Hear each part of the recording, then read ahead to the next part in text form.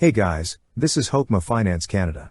In this video, we are going to learn how to get your e-statement on Scotiabank. We will also put a link in the description below. To start, open the website, then click Sign In. Now, sign in with your username or card number and password. Once you're signed in, you will see an option for Communications Center at the upper right side of this page. Click on Communications Center. Under Communications Center, you will see several tabs. Click on the tab that says Documents. Now, you will see the list of available e-statements. Click on particular e-statement you wish to get.